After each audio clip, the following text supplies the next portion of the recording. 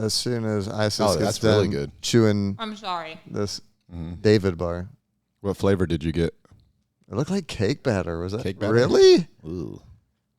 I'm shocked that you went with that one. Are you a cake batter girl? Is that like your... She does love cake. Okay. And also, viewers that are watching this, sorry, I am very sweaty right now. So just don't mind the dew. He's been watching Cops. Been watching Cops. Why are you so sweaty? You touched my drum set?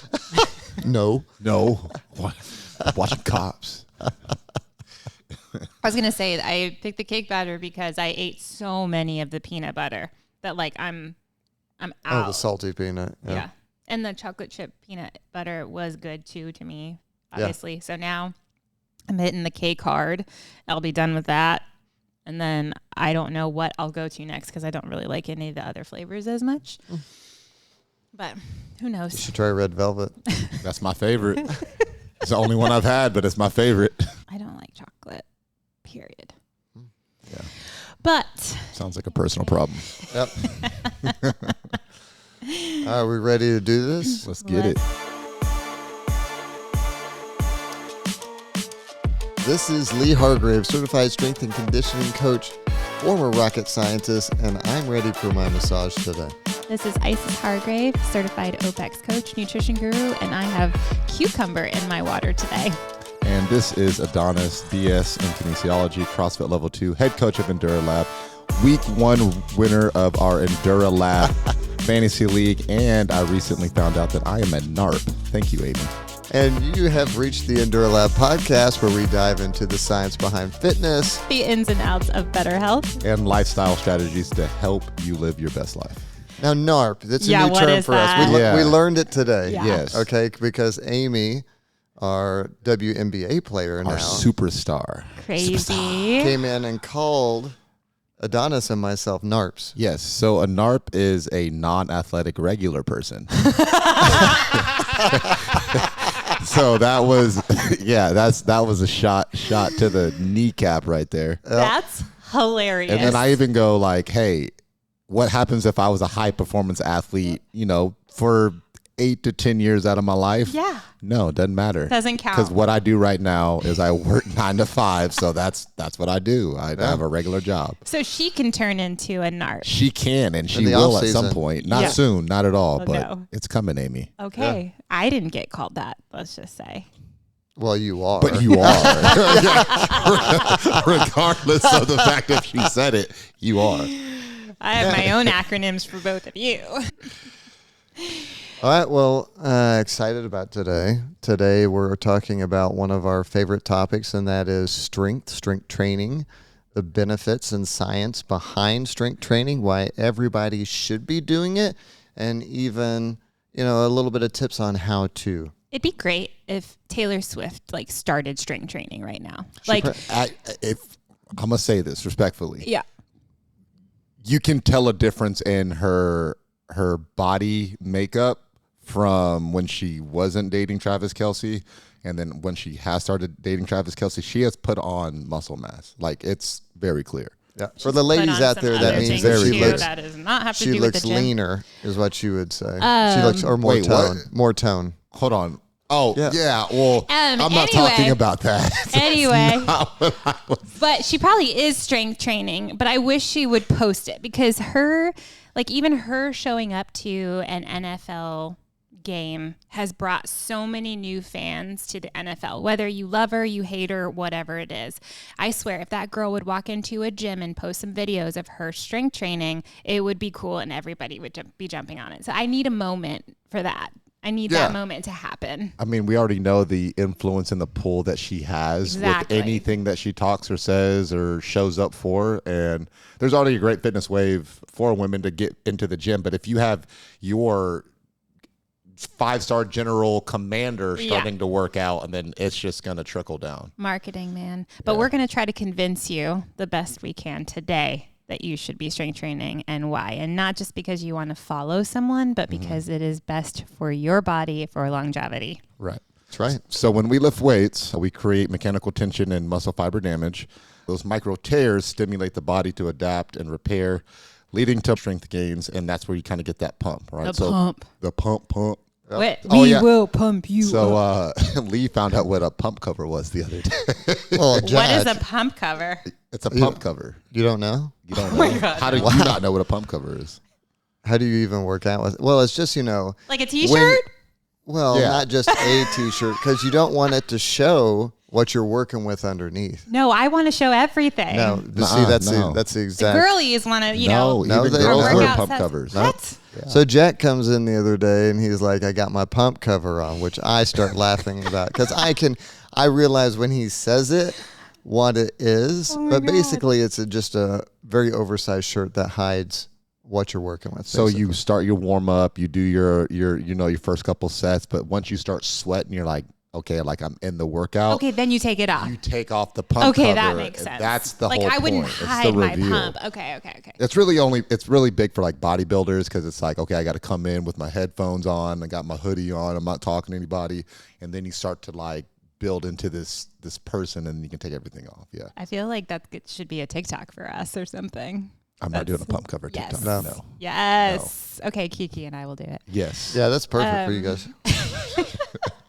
But anyways, like that progressive overload, you just gradually increase your weights, reps, or intensity, and that's going to drive your physical adaptation. Yeah, and I think that's going to play a very important role later when we talk about what is and what isn't strength Yes. training, right? Yes. Progressive overload. So remember that. All right. And it's not just about muscles, but it's about your neurological efficiency as well. Your brain and nervous system get better at recruiting those muscle fibers, obviously, the more that you use them. That's why beginners often see strength gains before visible muscle growth. And they truly get concerned about that. But we have to remind them that it's a process. Right. It can even help with cognitive abilities. So that's really cool. Not helping me. But it helps out with coordination and things of that nature. If you can, like, okay, I'm physically thinking about pulling this weight here or pressing this weight here, that's just going to make your brain work a little better. But Which is even like young athletes. That's why when parents come in and they're like, hey, I want my kids to be doing what they ever saw on Instagram or what they're watching Patrick Mahomes do. I want all this plyo work. I'm like, listen, until your child has proprioception, like knows where their body is in space, I cannot get them to I could do it, but it's going to have zero effect. Yeah. Right. I mean, I might drive up injury rate. That's about it. Yeah. If your kid can't stand up properly, bend over, touch the toes, or like Do a drop down. push-up. Do a push up, drop down to a knee, and then stand up in the split squat. Like, we're not doing anything Patrick Mahomes is doing just there. right.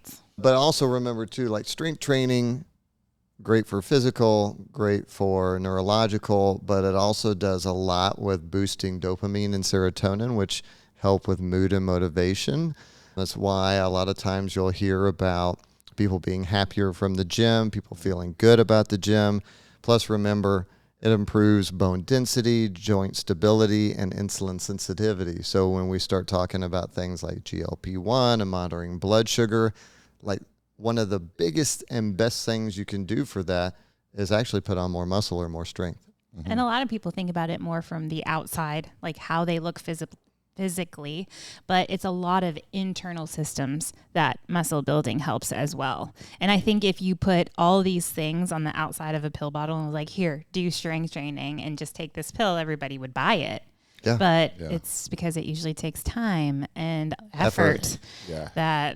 Yeah. I was just going to say, like, nowadays, like, and that pill bottle reference is great because people are looking for the quickest way to do whatever it is. And if it takes time and effort and patience, they don't want to do it. So that's why, like, going to the gym is much harder than, taking Ozempic or something like that. And it's crazy too, because the time is relevant, right? So for me, give myself 6 months to complete a goal. I think that that's quick, but to some people that is not quick. They want to see a change or something happen in 4 weeks. And you're just like, what? I need to get my summer body ready. Yeah. It's April. It's April 23rd. Well, I need to do it. I have been spending 6 months eating like crap. Can I reverse it in 4 weeks? Yeah. Right?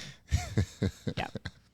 But let's talk about, obviously, longevity is a very hot topic, right? And we even have a longevity focus class at enduraLAB. I love talking about longevity, but why does lifting weights help us live better, longer lives. Yeah.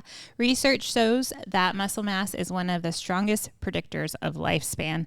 Strength training helps maintain muscle and bone as we age, which protects against falls, frailty, and metabolic diseases like type 2 diabetes. Yeah, and if you just think about your functional independence, if you can get up off the floor, carry your groceries, play with your kids, without pain, that's the quality of life that you're looking for, leading to longevity of life, and, strength makes that possible. And people take that for granted. Like one day you're walking and picking up your grandkids, the next day you fall.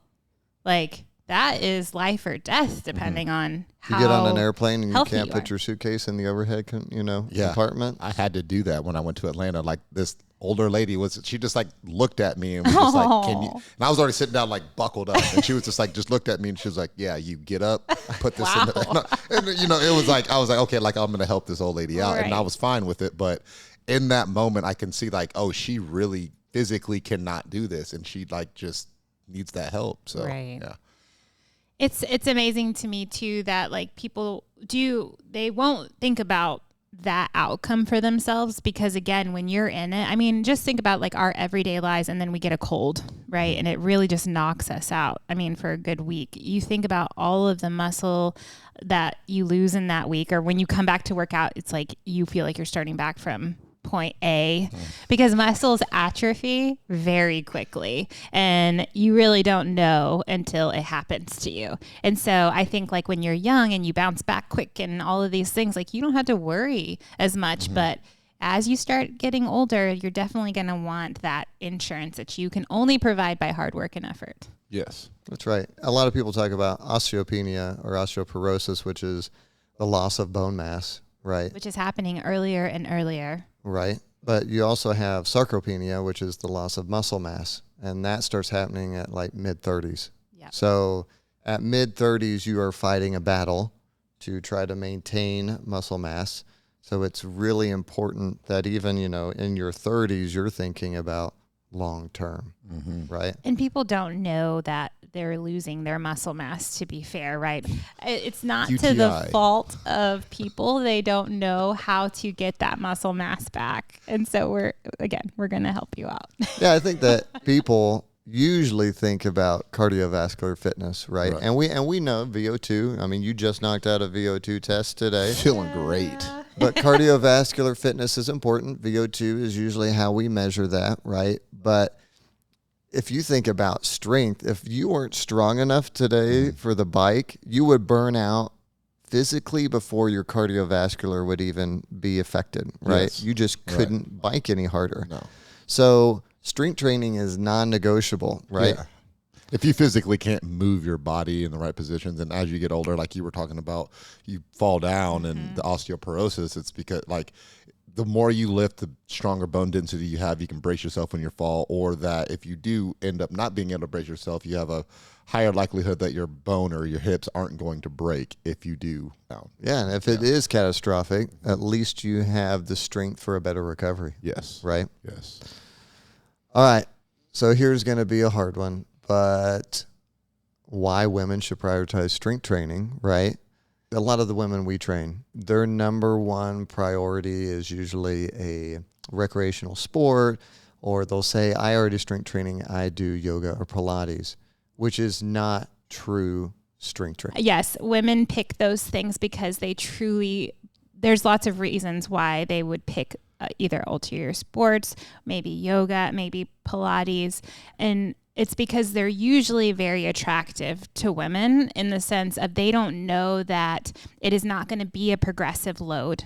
It is body weight and resistance training, which can help a person who has never weight trained before. It's a beginner kind of practice. I wanted to ask you to kind of piggyback off that, and we might kind of get a little sidetracked, but I also think a reason why there's a misconception with women in working out is like there's a lot of beauty standards and societal standards for women that would push them away from that. And this is like a question I'm asking to you. Yeah. What do you think about that?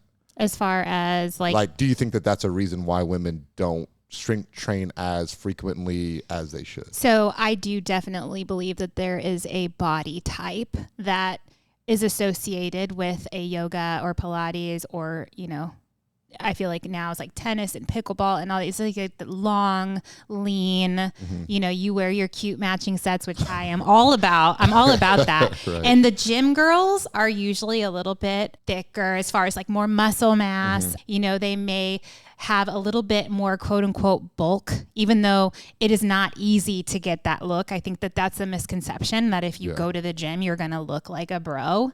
And that's not necessarily true. So I do agree. And I do agree that it is a status symbol too, like a lot of influencers and a lot of things like in LA and, across the world, you go to your yoga, your Pilates class and you get your strength training. But all that to say, I think that it's a good supplement. I think if you want to do yoga, if you want to do Pilates, if you want to play all these things, like I'm all about it, but let's not call it strength training.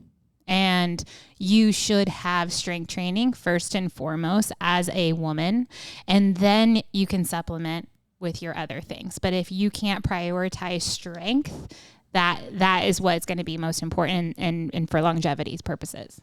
I think that there's a few things that we should myths that we should kill. Number one, you cannot lengthen a muscle, right? Long, strong muscles. Because a muscle has two attachment points and they don't change. The only time that we're lengthening muscles is when we are actually growing, right?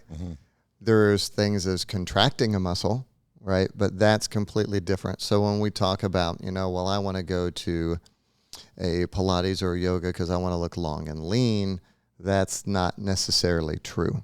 In fact, some of the women will come in and see training and they're like, I want her arms, or oh my gosh, she is so fit.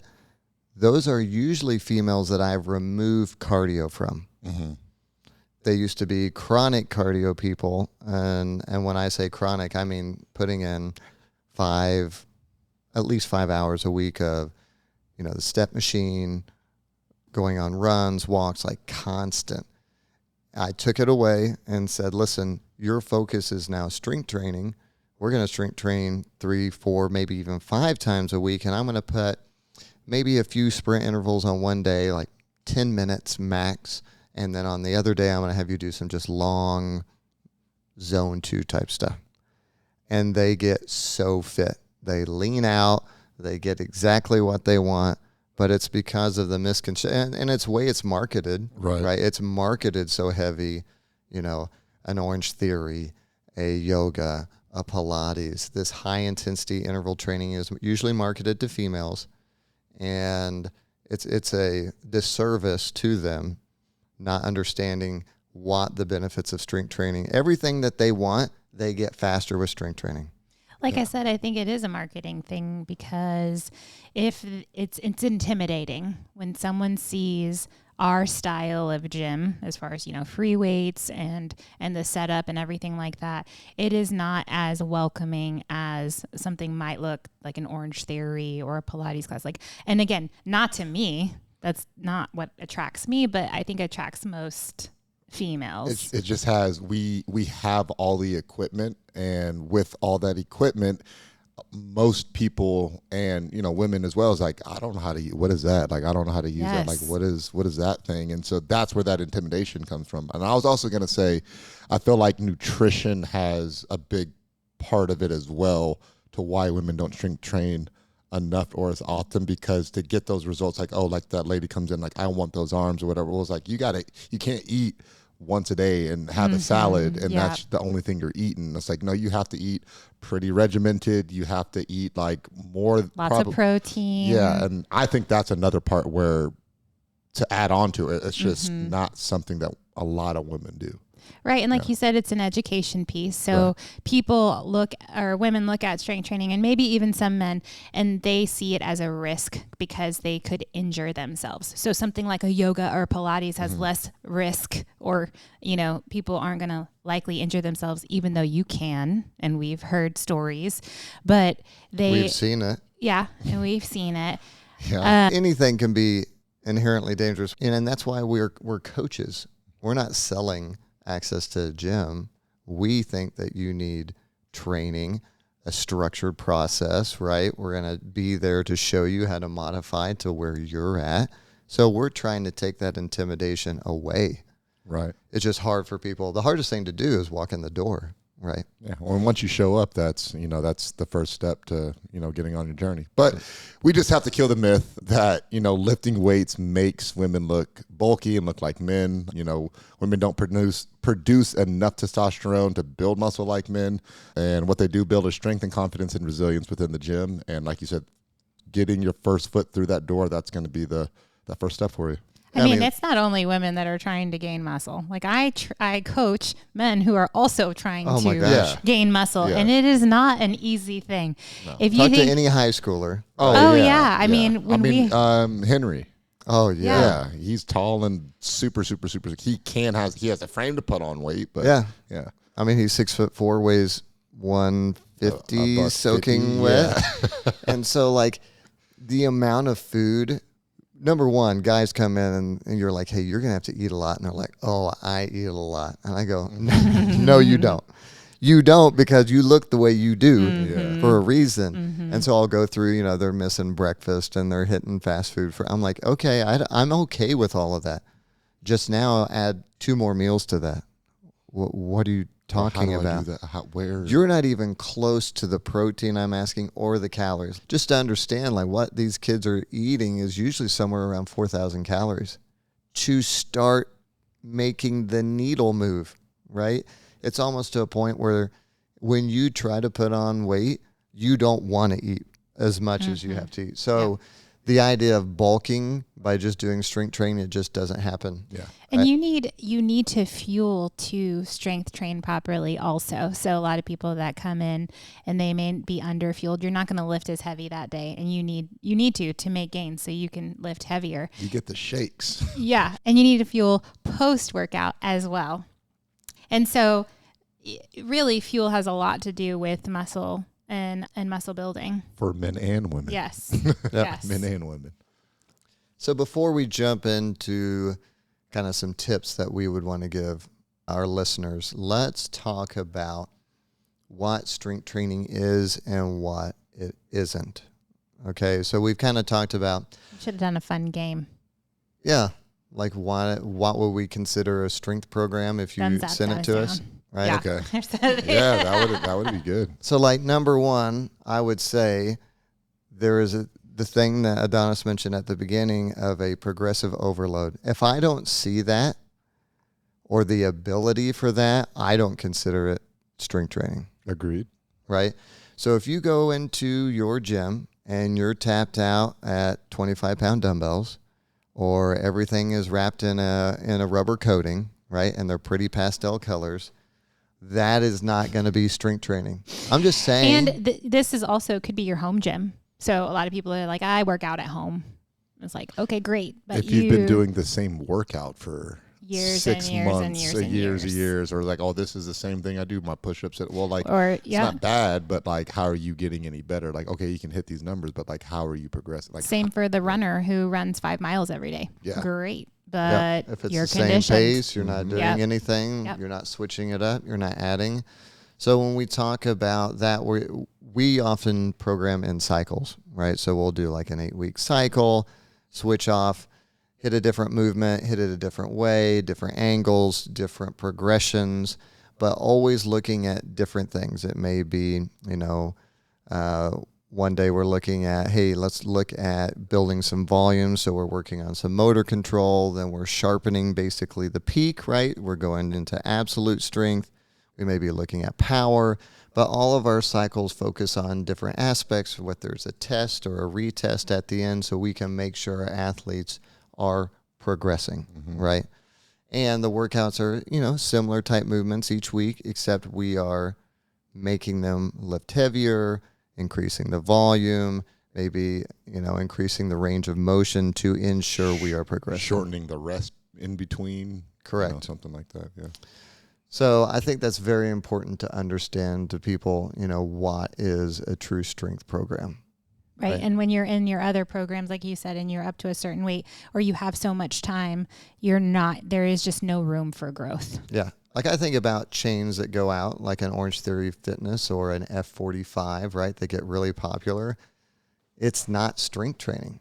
I mean, even F45 basically admitted to that when they started trying to bring racks and actually dumbbell or loadable barbells. Oh, they do that now? I think some of them. Oh, some, okay. But, the F45 plus. When you are, and then they brought in the recovery. Pay an extra right? $200 a month. Yeah. Yeah. I mean, so when you think about those kind of programs, and they will work for like 6 weeks, right? And then what you're going to see is this plateau, right? Body weight. I mean, some athletes' strength training might be body weight. You know, like if I get a young athlete and they come in and they can't bench press, usually I'll test their push-up, right? What's your push-up look like? If you don't have 10 push-ups, I'm going to give you a push-up progression Right. to work on, including volumes, max sets, to make sure that that will work. But then there's going to become a point where I'm going to have to either load his body for push-ups or I need to get him under the barbell or dumbbells, right? So that is kind of our talk on strength training as far as what it is. You guys have anything else to add to that? I mean, keep periodizing your training, avoiding plateaus. I mean, you've already said that. But dialing in your recovery, your sleep, mobility, stress management, and also knowing when to take days off and to dial back intensity. And I feel like that's going to be more for advanced athletes. But I feel like you've hit the first two that I just said. But that recovery and sleep, mobility, stress management, if you know how to train and like, okay, I know how to add weight. I've been adding weight. I know how to, make sure that I am building in my blocks. My cycles are changing. But it's like, if you're not recovering, if you're not getting enough sleep, like, okay, like, well, I've worked out 10 days consecutively in a row with very, very, very high intensity. Like your body's not going to, you need to have a rest day, like probably every 3 to 4 days, in my opinion, but definitely within a 7-day span, one of those days needs to be like an active recovery. Hey, I'm just going for a walk for 30 minutes. I'm hopping on a bike, right? I'm not working out at all. I'm just doing mobility work during that day. Those are going to be also ways that you can progressively get yourself better and kind of raise your training element. Yeah, I think bigger focus on recovery for sure, especially if you're doing all that stuff. Right. And you've kind of plateaued and you're thinking, why am I not making as big of gains? A lot of that can come into nutrition, recovery. So I was going to say, to add on to what strength is too, is that strength is and can be slow. So I think a lot of learning for our clients when they come in is that we rest and we mobilize for 2 minutes in between sets and they're like, okay. And some people really love that. And some people, they can't. You have to keep them busy. Yeah. Yeah. You got to keep them moving. Right. So you kind of have to help fill in the gaps if you need. But I think people over time really learn to love a good strength set. But you feel so good. You feel amazing. Yeah. You feel the pump, even though it's not necessarily visible. And you could wear a pump cover. Or like people get very confident. Like it's not only inside the gym you're strong, but you're outside of the gym strong. And that's a really good feeling. And we have a lot of older clients tying back to the luggage thing is like that is their goal, is to travel the world and put their own luggage up. And that gives them a sense of empowerment. And, as you get older, the things that you take for granted that you do independently slowly, start going away. And so you want to hang on to that independence as long as you can. And that's why strength training is so important. So it's not just the Olympic lifts and like, I'm going to go be a big weightlifter, or even I want to look like super ripped, even though I do.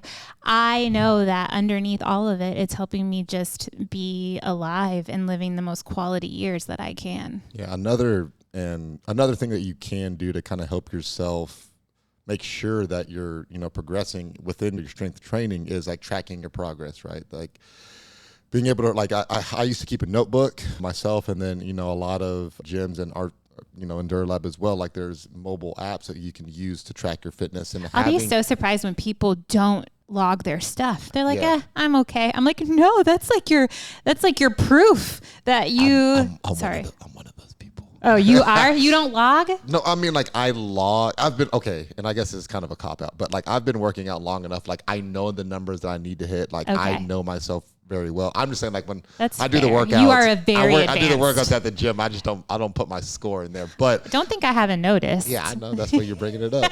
But No. but I'm saying, but for people that didn't know that, like, that's a good way that you can record and see how you've gotten better or where you need to go. This is why it's not against you. It's usually like our beginner athletes who like think that their scores are maybe not impressive enough to share with our community or something like or that. Or they're embarrassed. I'm not as good. Exactly. As so. Or like they think that that's like a low score, whatever. Even if you are embarrassed about your number as a beginner putting it in, know that no one else in our gym is going to say anything but positive stuff. Absolutely. Yeah. Like, hey, you killed that workout. Good job. How do you feel? What's cool about the community at enduraLAB is everybody is pushing each other to be better. Yes. Right? It's not that kind of competitive, like I have to beat you in every workout. Now, there is some competition, which is fun, right? You got to have that friendly competition. But once the workout is over, everybody is like high-fiving, fist pumps.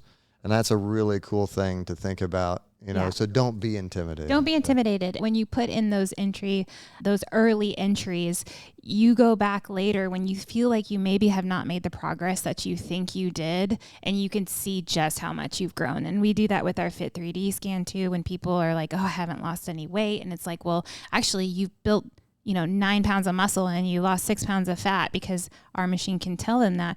It's like, or, someone doesn't. And I'm like, man, I really wish we knew where you came in at, so you could just see how much progress you've made. So I think at the end of the day, log, because and even, it's so good. I was going to say, even with our VO2 max testing, Absolutely. same thing. Like, you can come in at, the beginner. We have 3 different tiers that you can start off at when you get your testing. And if you come in at the beginner, you get your number. And then the next time you're like, hey, I've been working out for 6 months. I want to do it again. Cool. Yeah. So maybe you'll start off at the medium setting for your test, and then you've increased. So logging that data is always going to be very, very beneficial for you as you continue your fitness journey.